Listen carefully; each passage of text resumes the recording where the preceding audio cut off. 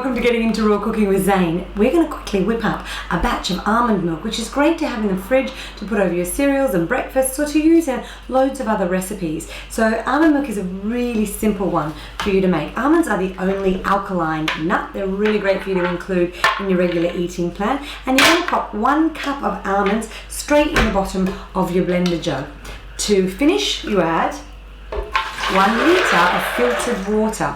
Now you can use activated nuts, which means that the nuts have been soaked overnight in water, then drained and rinsed. This is a really good point because the enzymes become more bioavailable when you do that. But today we're just going to use the one straight from the cupboard, and this is good if you run out of milk at any time. We're going to blend for 35 seconds until there's a good mixture going on.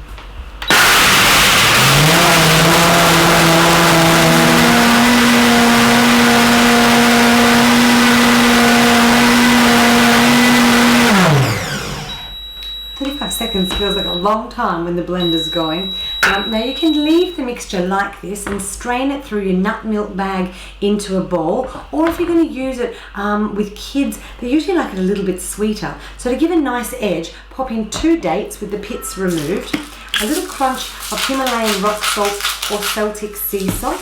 Celtic sea salt is amazing for you. It has the same chemical structure as embryonic fluid, so it's really easily absorbed into the body with all of the minerals. And then the contents of 1 vanilla seed, vanilla pod. So I'm going to take my knife, slice gently down one side, not all the way through, but just one side of the vanilla seed.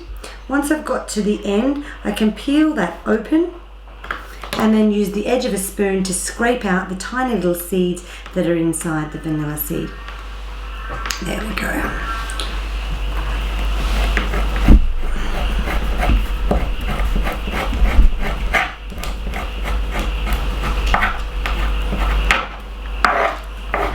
So there they are. That goes into the blender jug, and we just use high for a couple of seconds to get the ingredients all mixed in nicely. We'll put the lid back on the jug. Make sure it's securely in place now for sure.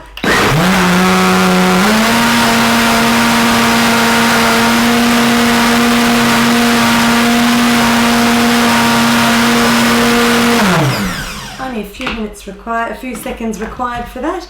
Pour the contents of the jug, so your 4 cups of filtered water, 1 cup of almonds, either activated or not, a little crack of Celtic sea salt or Himalayan rock salt, the contents of 1 vanilla bean and 2 dates. And then we simply push the liquid through the nut milk bag into the bowl. You see it comes out nice and easily. And once we've strained that all the way through, we've got nut milk in the bowl, and then we've got some almond meal waste left over. The almond meal waste can do a couple of different things. You can use the pulp to create things like pizza bases or bread rolls that are cooked or uncooked in your dehydrator, or you can actually dehydrate just the pulp itself to make an almond flour, which could be used in baking if you're not a raw foodie and you want to choose to do that. So that's a great way of making a base for a gluten-free flour, is to make your own almond milk and dry the meal that's left over altogether. So we simply keep making sure the pulp comes into the bottom of the nut milk bag, and then we turn it and gently squeeze, getting as much liquid out as possible.